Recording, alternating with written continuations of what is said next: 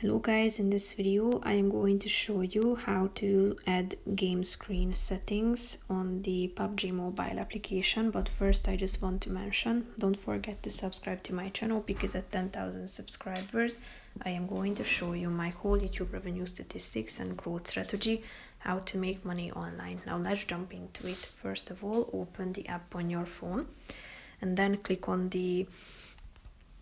this button in the left side corner down below.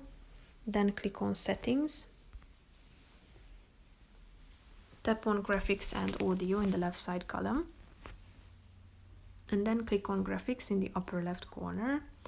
Then you can select the game screen, combat or lobby, tap on the relevant one. Then you can select the graphics ranging from smooth to UHD. After that you can set the frame rate, low, medium or high, and you can also select the style, which is either classic, colorful, realistic, soft or movie. When you are done, click on the OK button down below and your changes will be set. So that's pretty much it for this video, guys. See you in the next one. Bye bye.